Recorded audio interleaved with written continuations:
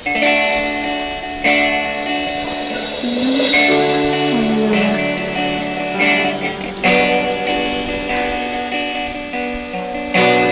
ka namin, Panginoon. Sa gabing ito, mangusap ka sa bawat isa. Tunay ngang walang hanggan ang pag-ibig mo, Diyos.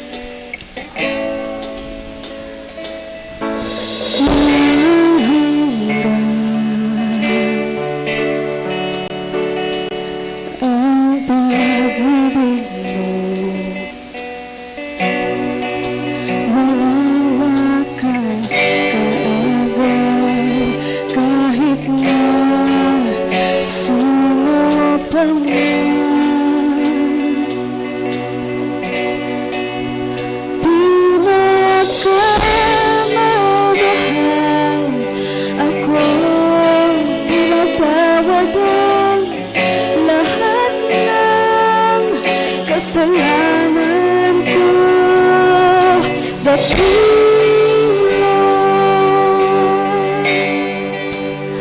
ang pag-ibig mo sa bawat tinatawag. Walang hanggan ang pag-ibig mo. Walang makakagaw kahit na sino pa man.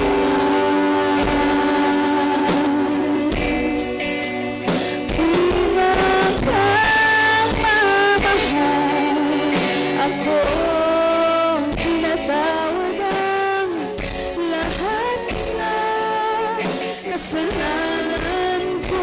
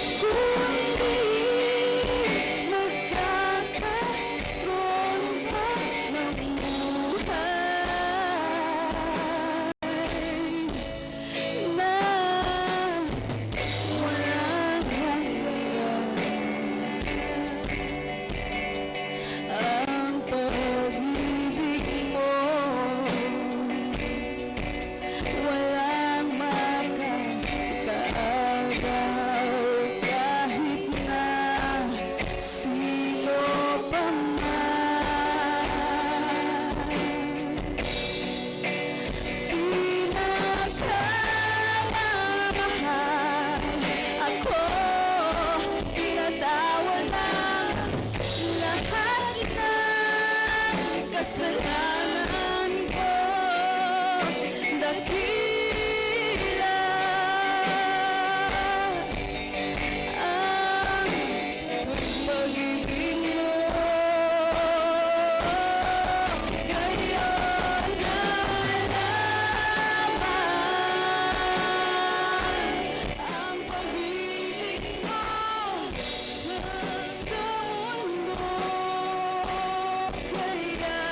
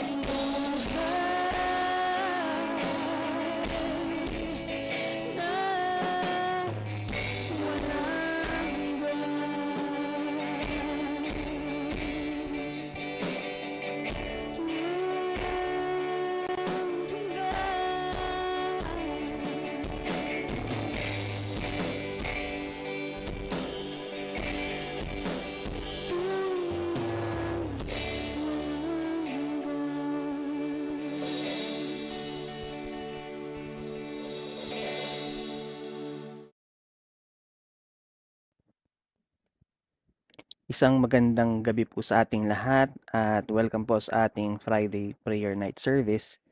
At sa gabing ito, hindi man tayo naka-live, ay mapapanood po natin itong video sa ating mga platforms sa Facebook at sa YouTube at sa mga nakasubaybay po sa ating video at sa ating serye para sa RCMI Bulacan at sa buong kabuuan ng RCMI, welcome po sa inyong lahat. Sa gabing ito po ay atin pong babalikan muna yung pinakatema ng ating mga Friday services, which is the prayers for the church. Magandang mapag-aralan natin to kasi doon sa Book of Acts na kung saan kinukuha po natin yung mga pinag-aaralan natin, ito'y hindi lang basta kwento o mga history ng mga early churches, pero it's practically a manual on how yung prayer fuels a movement. And dito sa book na to sa Acts, prayer is just a ritual. It's the engine room of the mission. Ito yung nagpapagana, ito yung nagpapasimula ng mga activities, ng mga missions, ng mga ginagawa ng isang mananampalataya para sa pagsunod niya sa kalooban ng Diyos. Ngayon, sa gabing ito, kung babalikan natin na pag-aralan nung nakaraan, March 6, ay the prayer as a prelude to power. Yung last week, pinag-aralan natin yung prayer in the face of opposition. At itong gabi ay pag-uusapan naman natin at pag-aaralan ang patungkol sa prayer for the leadership. Napaka-importante talaga na isama natin sa panalangin palagi ang leadership kasi it's one of the greatest responsibilities na pinagkaloob ng Diyos. Yung leadership, it shapes the direction ng mga families, ng churches, and even nations. Di ba sa isang tahanan, kailangan mapamanuan to ng tatay, kasunod nun ng nanay, and dapat buo yung suporta ng mga tao o ng mga anak at ng lahat ng bawat parte ng pamilya para maging matagumpay at maging masaya sila. Ganon din sa mga churches at ganon din sa mga bansa, di ba? But ang leadership, ang isang pamunuan na walang panalangin o hindi nagkakaroon ng mga panalanginan ay katulad ng isang barko o ship na walang compass na pwede itong gumalaw pero it will just drift aimlessly. Walang patutunguhan. Magpapatuloy lang sa pag-andar pero walang direksyon o papupuntahan nga. Dahil nga walang panalangin o hindi ito pinapanalangin, 'di ba? Kaya hindi siya nagmo-move on, nagmo-move forward. The early church understood this logic or this truth, itong katotohanan na to. Sa Acts 13 verses 1 to 3 kung saan po natin kukunin yung ating pag-aaralan sa gabing ito, we would see a powerful picture of how yung prayer, yung panalangin ay nag-guide sila, it's guided them sa pagpili ng mga leaders at sa pag-send out ng mga missionaries. Before na gumawa sila ng mga desisyon, may mabasa natin dito na sila'y nanalangin, sila'y nag-fasting, at sila'y nakinig sa Holy Spirit. And from this passage, may tato tayong matututunan dito. Atin munang basahin yung ating text sa English, then babasahin din natin sa Tagalog. Sabi dito sa Acts 13 verses 1 to 3 sa NIV translation, Now in the church of Antioch, there were prophets and teachers, Barnabas, Simeon called Niger, Lucius of Cyrene, Manaen, who had been brought up with Herod the Tetrarch, and Saul. While they were worshiping the Lord and fasting, the Holy Spirit said, Set apart for me Barnabas and Saul for the work to which I have called them. So after they had fasted and prayed, they placed their hands on them and sent them off. Sa Tagalog, basahin din po natin ang sabi dito. May mga propeta at mga guro sa iglesia sa Antioquia. Kabilang dito sina Bernabe, Simeon na tinatawag ding maitim, Lucio na taga Cyrene, Manaen na kababata ni Herodes, na pinuno ng Galilea at si Saulo. Habang sila'y nag-aayuno at sumasamba sa Panginoon, sinabi sa kanila ng Espiritu Santo, ibukod ninyo sina Bernabe at Saulo. Sila'y pinili ko para sa tanging gawaing inilaan ko sa kanila. Pagkatapos nilang mag-ayuno at manalangin, ay pinatong nila sa dalawa ang kanilang mga kamay at sila'y pinahayo na. Purihin ng Diyos sa pagkakabasa ng kanyang salita. Bago tayo magpatuloy, hayaan niyo muna akong manalangin saglit. Panginoon, maraming salamat sa gabing ito sa pagkakabasa ng iyong salita. Nawa sa aming mga nabasa ay ihayag mo sa amin, Panginoon, ang katotohanan at mga katuruan na aming matututunan at ng aming ma-apply sa aming mga buhay. Panginoon, sa pananalangin namin ito, sa pag-aaral namin ito, mas lalo pa namin, Lord God, ipanalangin yung aming mga leaders, sa aming mga pastor, at kung sino pa man yung mga namumuno sa amin na siyang magdadala sa amin sa tamang landas, Panginoon, patungo sa iyo. Maraming salamat, Panginoon, at binabalik namin sa iyo lahat ng kapurihan at pasasalamat sa matamis sa pangalan ng Panginoong Yesus. Amen at amen. So, yun nga, ang ating tema or ating topic for tonight is the prayer for the leadership or panalangin para sa pamunuan. Napaka-importante na bilang isang simbahan, tayo bilang mga mananampalataya na kung saan tayo ay currently nasa RCMI Bulacan. Iba sa inyo kung meron pong mga taga-ibang satellites or even ibang churches ay meron kayong lugar o simbahan lokal na itinilaga ang Diyos para sa iyo. Doon ka inilagay at doon ka nag-serve. Doon ka kasama ng mga body of Christ o yung mga other believers, other church members and goers ay kasabay mo, kasama mo na lumalago sa pananampalataya at naglilingkod sa Diyos.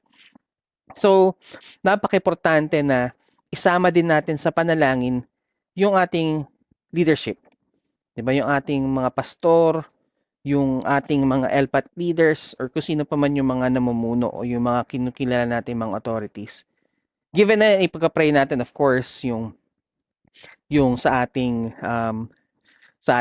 head of the families or even sa mga leaders ng nation. But for this specific example, we were talking about the leaders of the church. So, sila din na pinakita dito na example na mga leaders ng church ay nanalangin talaga.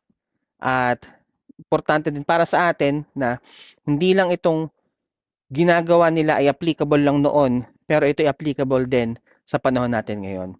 Tatlong bagay ang matututunan natin at una doon sa tatlo ay kailangan natin ipanalangin yung diversity and solidarity. May kita natin to sa verse 1.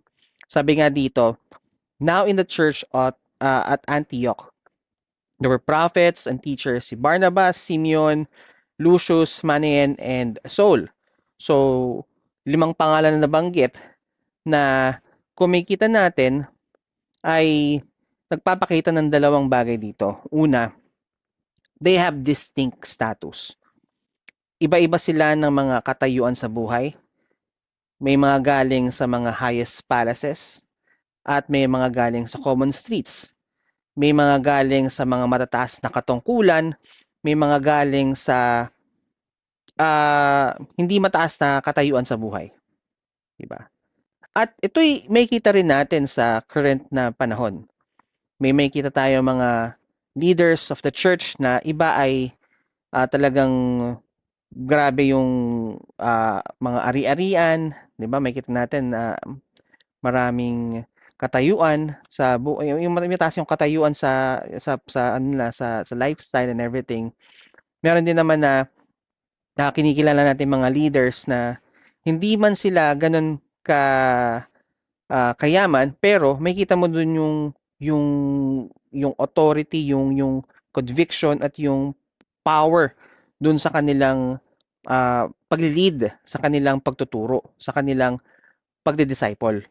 So, kahit na ganoon yung sitwasyon, iba-iba ng kalagayan sa buhay, iba-iba yung statuses nila, yet they held equal authority in the spirit. So, they're diverse. Iba't iba ng pinanggalingan At pangalawa nga is different sources. Their origins span continents, proving that God's leadership is not bound by geography. Iba ay galing sa, sabi nga, isa doon si Simeon called Niger, 'di ba? Siya ay maitim. So possible siya ay nasa galing ng Africa na continent.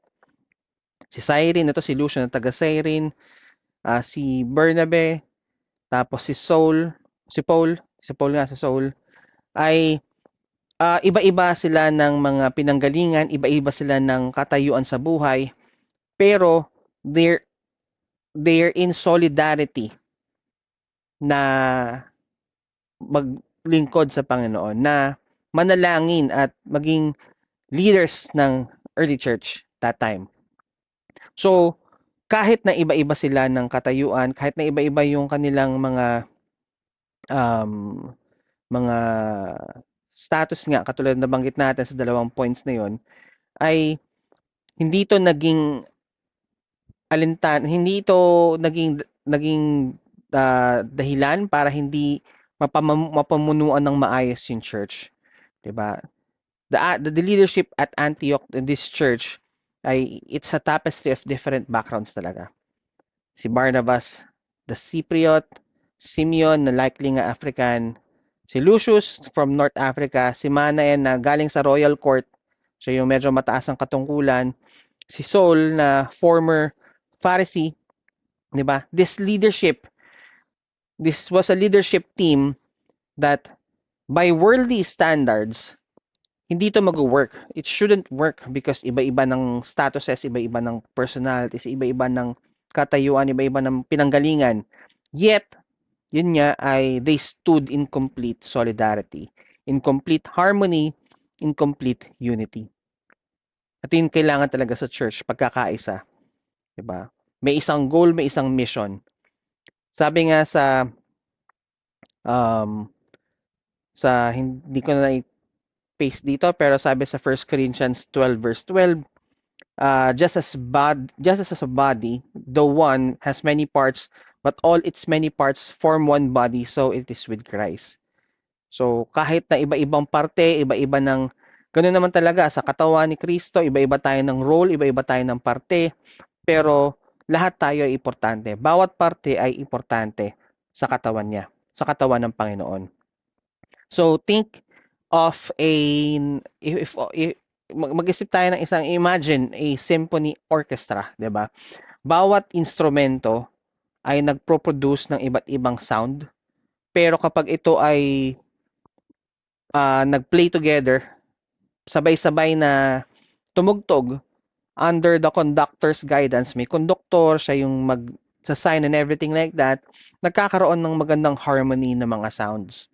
The church at Antioch was like that orchestra na diverse voices, diverse personalities, diverse people that are united under Christ. So application natin dito, leadership in the church must embrace diversity but remain in solidarity. Na ang leadership sa church, again, magkakaiba tayo ng mga upbringing, magkakaiba tayo ng mga personalities, magkakaiba ng mga kinalakihan sa buhay, mga status, mga kinasanayan, pero we have to remain in solidarity, in harmony, in unity. Dapat talaga ay maging united tayo. At ito'y dapat lagi nating panalangin. Even though that we are diverse, but we will remain in solidarity. Magkakaroon ng pagkakaisa. Lagi natin ipanalangin ng mga leaders, even though diverse, even though na iba-iba yung kanilang mga mga personalities and everything like that, ay dapat may pagkakaisa. At merong ganito sa atin sa church.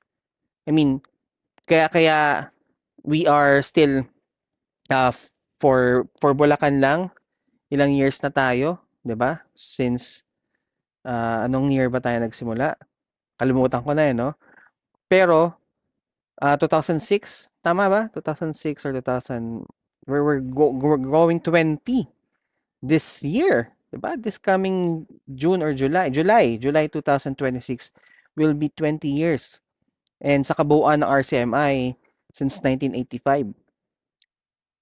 We are still here because of a leadership na talagang very united under Christ.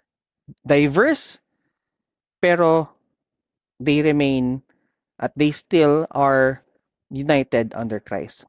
Kaya napaka-bless po natin sa leadership natin. Sa leadership natin sa Cubao at leadership natin dito sa RCMI Bulacan. At kailangan po talaga nila ng ating mga panalangin. Pangalawa po, devotion and sensitivity. Sabi nga doon sa verse 2 ay while they were worshiping the Lord and fasting, the Holy Spirit said, "Set apart for me Barnabas and Saul for the work to which I have called them." Diba? So, dito may kita natin yung deep sacrifice, yung kanilang sakripisyo, yung kanilang ginawa para dito sa bagay na to. Through fasting, they set aside yung physical needs nila para i-prioritize yung spiritual clarity.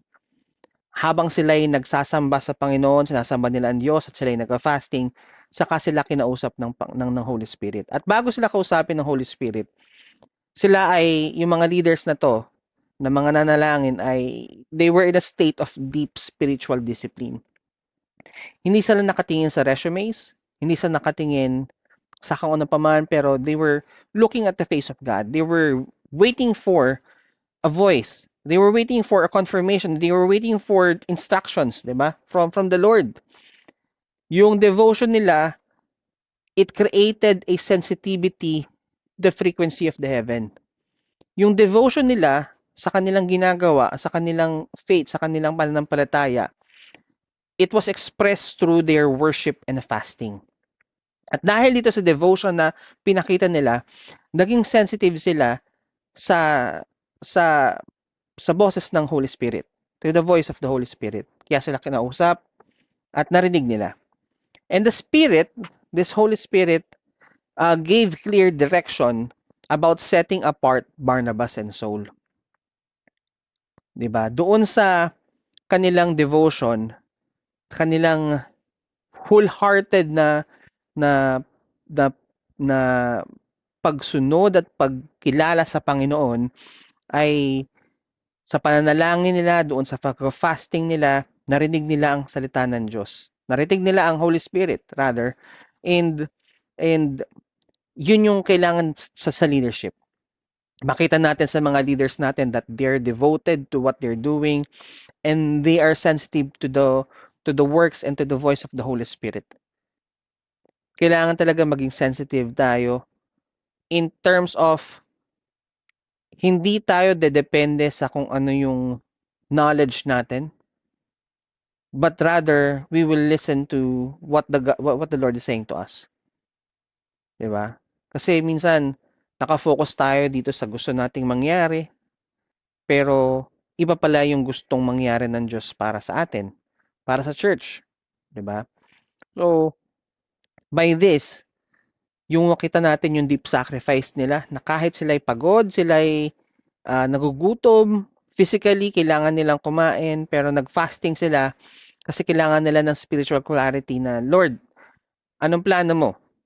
And then, kinausap sila ng Holy Spirit. And the divine selection, because they were listening, ay hindi na nila kailangan na pagbotohan o kaya ay gumawa ng isang komplikadong desisyon na kailangan pag-isipan at kailangan pag-agrihan ng marami. Dahil sila ay nakinig, dahil sila ay devoted, they were sensitive to the voice of the Holy Spirit, and they were listening. Hindi na kailangan pagbotohan, hindi na kailangan pahirapan sila na ang kanilang mga sarili. All they have to do is just simply obey yung Holy Spirit na nangusap sa kanila. Imagine a radio, isang radyo na kailangan mong i-tune para makakuha ng tamang frequency at makakuha ng magandang signal. Gusto mo makinig sa DZMM, DZRH, DZBB, sa FM naman, yung ibang mga radio stations. China-tune yan para talagang ma-hit mo yung tamang signal para mapakinggan mo yung dapat mo, yung gusto mong marinig. Likewise, in the same way, yung ating devotion, it tunes our hearts to God's frequency, making us sensitive to His leading. Kapag talagang devoted tayo doon sa ating pananampalataya, sa ating panawagan, ay magiging sensitive tayo sa leading ng Holy Spirit at ng Diyos sa ating buhay. Application for this is leaders must cultivate yung kanilang devotion through prayer and fasting so they can remain sensitive to God's guidance.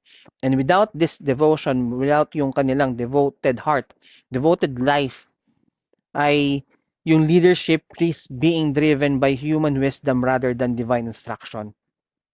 And this needs, again, na ipanalangin natin na ang mga leaders natin ay magkaroon ng devotion, wholehearted devotion to the Lord at maging sensitive sa panawagan at sa instructions ng Panginoon, to the guidance of God.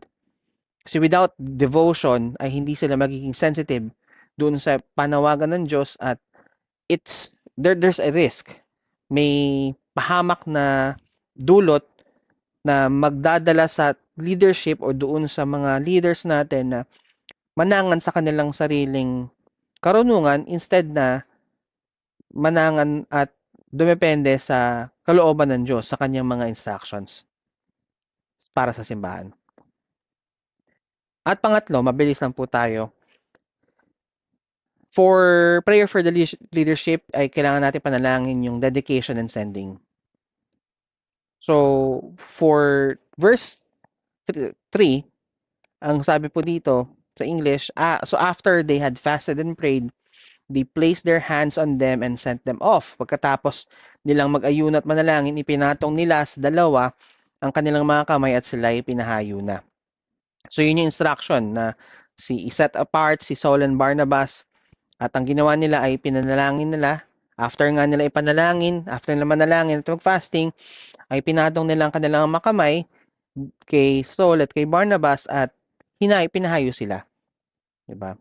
So kasi after nitong chapter 3, simula nitong chapter 3 onwards ay may mabasa na natin yung mga missionary journeys ni Paul. Yung first missionary journey niya from chapter 3 tapos hanggang sa third missionary journey niya. So here makita natin yung yung hearing the call nung narinig nila yung instructions, hindi doon nagtapos. It was just the beginning of a deeper commitment. Narinig nila yung instruction, so may gagawin sila. And the church didn't give a good luck para doon sa dalawa. Good luck, okay. Tinawag kayo, good luck, kaya niyo yan. But they engage in a formal act of dedication and deployment. Makita natin na dinedicate ng church, especially the leaders, na i-dedicate si Barnabas at Saul through prayer and fasting. And then after that, they sent them off by laying hands on them. And this was not casual decision na sige, pag-pray na lang natin sila pinili, pag-pray natin, hayaan natin sila. That was not a casual decision. It was a spirit-led commissioning. Talagang may paghahayo ng Holy Spirit para dun sa dalawa. There was a discernment and support. They discerned God's call and supported it through prayer. Na-discern nila yung dapat nilang gawin at yung panawagan ng Diyos at dapat nilang gawin at ito'y final through nila sa pamamagitan ng pagpapanalangin dun sa dalawa. Sinamahan nila ng prayers at kailangan talaga yan ng leaders natin. Everyday, marami silang mga struggles, mga challenges.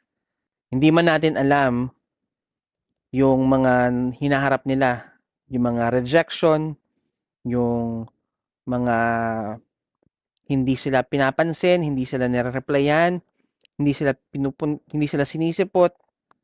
Mga ganong pagkakataon na posibleng makadurog at makapag-dishearten sa isang manggagawa. Pero through our prayers ay mapapalakas natin sila. Diba?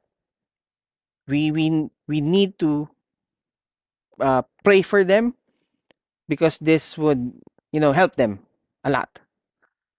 And through this, nagkakaroon ng direction and strengthening. They gave direction by sending and strengthening by laying hands. Talagang pinalangin ng mga ibang leaders itong dalawa na hayo, si Solan and Barnabas. Imagine a relay race. Marami siguro sa ating sumali na sa mga ganito, sa mga palaro. And this coming summer camp, magkakaroon tayo ng mga relay. So sa mga magjo-join ay let's just enjoy the rest and mag-participate tayo. Wala pong maging KJ. Talagang i-enjoyin po natin lahat ng mga activities. And it's all for the glory of God. Again, going back, think of a relay race, na kung saan yung runner must hand the baton to the next runner. Kasi nga, ganun yung relay race, di ba? Papasa niya, tatakbo siya doon sa next na nasa inline, doon sa next station, kailangan niya mabigay yung baton. Then, ganun din gagawin kung ilan man yung nandoon sa relay na yon, hanggang sa mapasa, hanggang sa makapasok or makaabot sa dulo for the race to continue. And the Church of Antioch handed the baton or yung mission to Barnabas and Saul, dedicating them to God's work. So the application that we can see here is that the leadership requires dedication to prayer and the willingness to send others into God's mission. Prayer ensures the leaders are not self-appointed but spirit anointed. So, ang leadership nangangailangan talaga yan ng dedication sa pananalangin at yung willingness na mag-send out. Dito yung struggle ng ibang leaders na minsan okay na sa comfort zone na kung nasaan sila. Okay naman tayo dito na lang tayo. Marami naman na tayo, pwede na to. Pero there's a bigger mission na kailangan nating gampanan. At marami pa sa ating mga kapamilya, kamag-anak, mga mahal sa buhay, mga kaibigan, at mga taong nasa paligid natin ang nangangailangan sa Panginoon. Kaya kailangan talagang we have to send out people. Kailangan humayo. Kahit mismo tayo. Ikaw mismo, isipin mo na hahayo ka para sa panawagan ng Panginoon na abutin yung mga taong nangangailangan makarinig ng magandang balita. So, nandoon dapat yung willingness to send others, and for us leaders din or sa ating iba din na yung kapag tayo ay tinawag, di ba? Ay hahayo din tayo. So this prayer, itong panalangin na gagawin natin ay it ensures na yung mga leaders are hindi self-appointed, hindi na pinili kong nandito ako, pero sila ay mga appointed at anointed ng Holy Spirit. So we really have to pray as well na mag-alab pa yung kanilang dedication, yung kanilang kagustuhan na maglingkod at sa paghahayo. 'Di ba? Na sila mismo ay humayo at sila din ay maghayo. Hindi lang matatapos sa kanila, pero marami at marami pa ang hahayo at gagawa ng panawagan ng Diyos para sa kanyang kaharian. Amen po ba? And as we look at our own leadership sa church natin, sa mga churches natin, let us commit na to be that people, to be that person na who value yung diversity that God brings to the church, to the leadership, the devotion He requires from the leaders, and the dedication He honors from the leaders. So the early churches teaches that yung three vital lessons na napag-aralan natin about prayer for leadership, kailangan na ipanalangin natin yung diversity and solidarity because God uses different people united in Christ. The devotion and sensitivity wherein leaders must be devoted to prayer to hear God's voice. And lastly is dedication and sending, because leadership is about dedicating and commissioning others through prayer. Sa mga bagay na to ay kailangan talaga natin na before making leadership decisions, paano ba dapat para sa mga leaders, 'di ba? Ano ba dapat gawin? Kung gagayahin ba natin yung patterns na lay down nila or magre-rely ang leaders sa kanilang mga sariling talento or sa kanilang sariling mga kakayanan. And let us commit tayo. Let us commit to praying for our pastors, our elders, our leaders, our missionaries, even yung mga uh, yung tumatay yung mga elpat leader nga yung mga gumagabay sa iyo, yung mga tumutulong sa iyo spiritually sa pananampalataya mo. So let us pray that God will raise more leaders. Hindi lang ito mga leaders na meron tayo, pero mag-raise pa siya ng mas marami pang leaders who are spirit-led, prayer-driven, and mission-focused. And maybe if God's willing, ay isa ka din sa mga maging leaders ng church eventually. Because when leadership is birthed in prayer, talagang uh, foundation ng leadership or ng church ang panalangin, yung mga missions will be empowered, the church will be strengthened, and the kingdom of God advances. That's the power of the prayer. Napaka-importante po talaga ng panalangin. So muli, para po sa atin ay reminder na kailangan talaga nating ipanalangin ng leadership, panalangin natin ng church para sa kaluwalhatian ng Panginoon. So, Radiance family, shine where you are. Para po sa ating panalangin o sa ating mga prayer items, yan po ay pinost ko na dyan sa gilid. Panalangin po natin 5 bagay. Una, panalangin po natin yung mga pansarili po nating mga journeys, yung ating mga buhay, kung saan panalangin mo na sarili mo ay mas lalo pang lumago sa pananampalataya, na ikaw mismo ay magkaroon ng kauhawan, ng dedication, ng commitment, ng devotion, ng kagustuhan na maglingkod talaga sa Panginoon, na mas lalong lumalim pa yung iyong relasyon sa Panginoon. Pangalawa, panalangin po natin yung ating mga pamilya na hindi sila maiwanan, na hindi sila na sila din mismo ay makakilala sa Panginoon at katulad mo na nakapakikinig at naglilingkod din sa Kanya, na magkaroon ng magandang kalusugan at kagalingan sa mga may kasakitan. Panalangin din natin yung provision and yung mamit yung ating mga daily needs para sa ating mga pamilya. Pangatlo, panalangin po natin yung ating church, yung ating panambahan, yung ating church as a whole, lahat ng satellites, pati yung main church.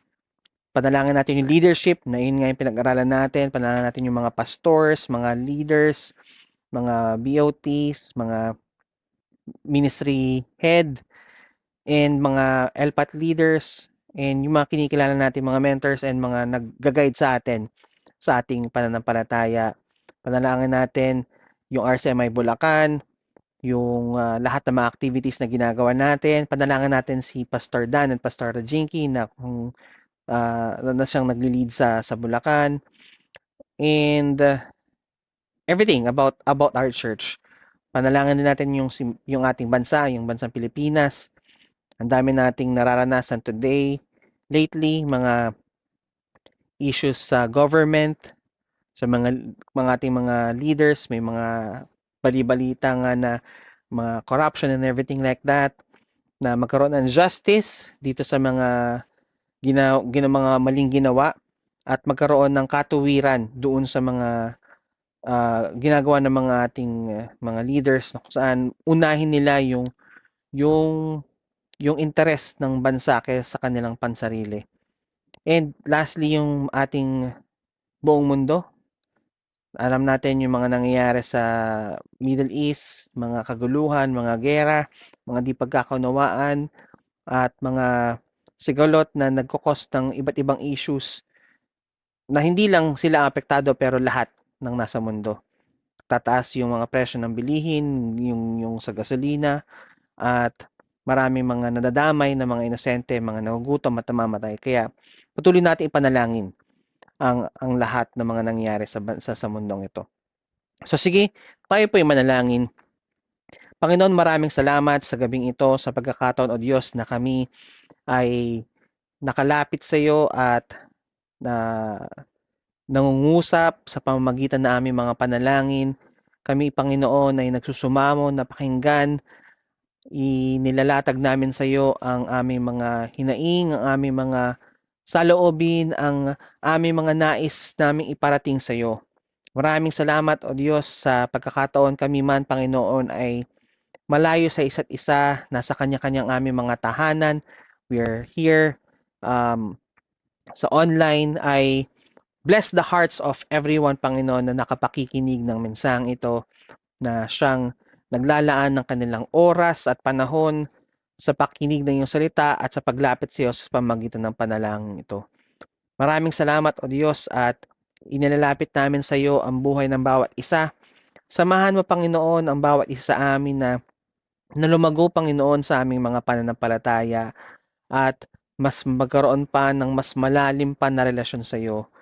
Panginoon, magkaroon ang bawat isa ng kauhawan sa sa pag-aaral ng iyong salita at magkaroon pa, Panginoon, ng deeper commitment, deeper devotion at yung kanilang pagserbisyo o pagbibigay, Panginoon, ng kanilang buhay, Panginoon, para sa iyo ay mas lalo pang mag-ala, mas lalo pang mag mag-produce, Panginoon, ng mga maraming magandang resulta para sa kaharian mo, O Diyos. Maraming salamat, Panginoon, at alam kong sinasamahan mo bawat isa at kung meron man kami, Panginoon, na mga kasalanan ay hinihingi namin ito ng kapatawaran at Panginoon, patawarin mo kami, Panginoon, sa aming mga kasalanan. Maraming salamat, O Diyos, sa patuloy mong paggabay sa amin at patuloy namin aasahan, Panginoon, ang patuloy ng pagkilos mo sa aming buhay. Pagbibigay sa amin ng karunungan sa paggawa ng mga tamang desisyon at mas palalo mo, Lord God, na na makita, Panginoon, sa aming buhay ang mga pagkilos mo, mga milagro mo at maging ilaw kami, Panginoon, sa mundong ito sa pamagitan, Panginoon, ng aming mga buhay, ng aming mga ng pagbibigay, Panginoon, ng mga serbisyo, Panginoon, at ng aming mga puso't isipan, Panginoon, sa aming mga ginagawa ay mas lalo, Panginoon, maitanghal, Panginoon, yung buhay sa aming mga ginagawa, O Diyos. Maraming salamat, Panginoon, at inadalangin namin ang aming mga pamilya.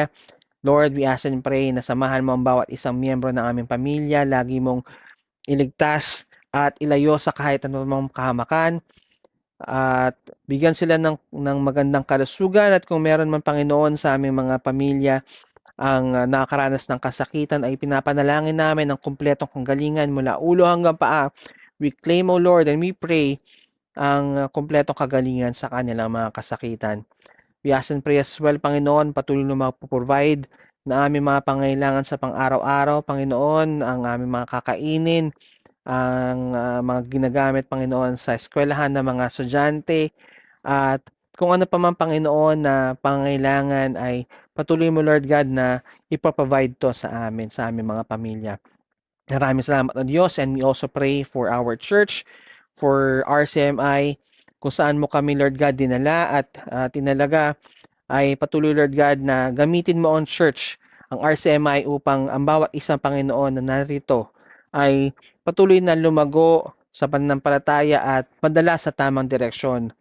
We ask and pray, Panginoon, sa mga leaders from Pastor Leo na siyang head pastor, Panginoon, ng RCMI, kasama, Panginoon, ng mga associate pastors at mga leaders, Panginoon, like the BOTs, mga ministry heads, mga LPAT leaders, ay patuloy na samahan mo, O Diyos. Kagaya na, Panginoon, ng aming naging topic tonight ay we pray for our leaders. We're continually praying for the leadership, for our leaders, for our pastors, na magkaroon sila ng puso, Panginoon, na naglilingkod sa iyo. Hindi unahin ng sila ng kanilang mga sariling interes, pero para, Panginoon, sa ikalalago ng iyong kaharian. We ask and pray as well for all the workers, Panginoon, lahat ng mga manggagawa na hindi mapagod sa kanilang ginagawang paglilingkod sa iyo. Mas lalo pa sila, Lord God, makakuha ng kanilang inspiration at mas lalo pang maging dedicated at committed sa kanilang paglilingkod. For RCMI Bulacan, we pray, O God, na mas gamitin mo pa ang satellite church namin upang mas maabot pa ang maraming kaluluwa sa Bulacan. RCMI Bulacan, ang Bulacan, Panginoon, ay para sa iyo, O Diyos, para sa Panginoon, at patuloy mong gamitin kami upang abutin ang aming mga mahal sa buhay, mga kakilala, mga kaibigan, mga kaklase, mga ka-workmate, at anyone, Panginoon, sa community ay makakilala sa iyo, Panginoon, at madala namin sa iyong kaharian. Nawa, Panginoon, sa pamamagitan ng paglilid ni Pastor Dan at ni Pastor Jinky ay samahan mo ang buong leadership, ang buong RCMI Bulacan sa mga magagandang plano mo. Even, Panginoon, sa lote o sa lugar, Panginoon, permanenteng lugar, worship center na bibigay mo para sa RCMI Bulacan ay patuloy mo kaming i-guide, Panginoon, patungo doon sa tamang lugar na yon, sa tamang panahon, sa pamamagitan, Panginoon, ng pagkilos ng bawat isang miyembro o kasama, Panginoon, ng RCMI Bulacan. Kami ay kikilos, kami, Panginoon, ay maghahanap, at kami, Panginoon, ay patuloy na mananalangin at idudulog sa iyo, Panginoon, ang magandang lugar, Panginoon, na kung saan mo kami dadalhin. We continue to pray, Panginoon, sa bansang Pilipinas, kung saan, Panginoon, ay maraming nararanasan. Hindi lahat, Panginoon, ay capable, Panginoon, na na sa mga pagtaas, Panginoon, ng mga bilihin, pero we believe that you are in control of the situation. We believe that patuloy mong pagpapalain at di mo hayaan, Panginoon, na magdusa, Panginoon, ang bawat Pilipino. Bagkus, Panginoon, may mga gagawin kang milagro at gagawin kang pagkilos sa mga pangyayaring ito. Patuloy mo, Lord God, na nagabayan ang aming mga leaders, mga government leaders mula sa pinakamataas hanggang sa pinakababa. At magkaroon ng hustisya, Panginoon, kung ano man mga nai-expose na katiwalian, mga korupsyon at mga maling bagay, Panginoon, ng kanilang mga ginawa at mga gagawin pa, ay patuloy, Lord God, na ito ay maihayag at magkaroon ng katarungan at maibalik, Panginoon, yung mga dapat maibalik at mabigyan ng katarungan at masistensyan, Panginoon, yung mga mapanagot, Panginoon, yung mga dapat managot. We ask and pray, Panginoon, na patuloy mong protektahan ang bansang Pilipinas mula sa mga kalamidad, sa kung ano pa mga masamang mangyayari sa aming bansa, Panginoon. At maging, Panginoon, inaalala namin ang mga nangyayari ng kaguluhan sa iba't ibang panig ng mundo. Maraming mga inosente ang nadadamay, at Panginoon, patuloy kang kumilos, Panginoon, sa mga leaders, mga government leaders na mga nasasangkot, na maging maayos na ang lahat, Panginoon. Itigil na kung ano man yung mga bagay na mga sigalot, na mga nagkukos, Panginoon, ng mga gantong klaseng hindi pagkakaunawaan at mga nadadamay, Panginoon, ng mga sibilyan. At magkaroon na, Panginoon, ng mga kaayusan na maayos, Panginoon, yung kanilang mga hindi pagkakaintindihan. At Panginoon, ikaw, Panginoon, ang may kontrol ng lahat ng mga bagay na ito. Patuloy kaming maniniwala, Panginoon, na nagtitiwala sa iyong kapangyarihan na siyang kikilos sa lahat ng mga sitwasyon na aming nararanasan, at patuloy, Lord God, nagabayan mo kami sa aming mga pang-araw-araw na pamumuhay, sa aming mga puso't isipan, Panginoon, ay patuloy na ikaw lang ang siyang maitaas at patuloy na maghari sa aming mga buhay. Sa iyo namin lahat, ibinabalik lahat ng papuri, pasasalamat at pagsamba sa matamis na pangalan ng Panginoong Yesus. Amen at amen. Maraming salamat po sa pakikinig. Maraming salamat po sa lahat ng mga sumubaybay. At muli po, Radiance Family, shine where you are. Maraming salamat po at kita-kits po tayo sa linggo sa ating Sunday worship service sa Bulacan.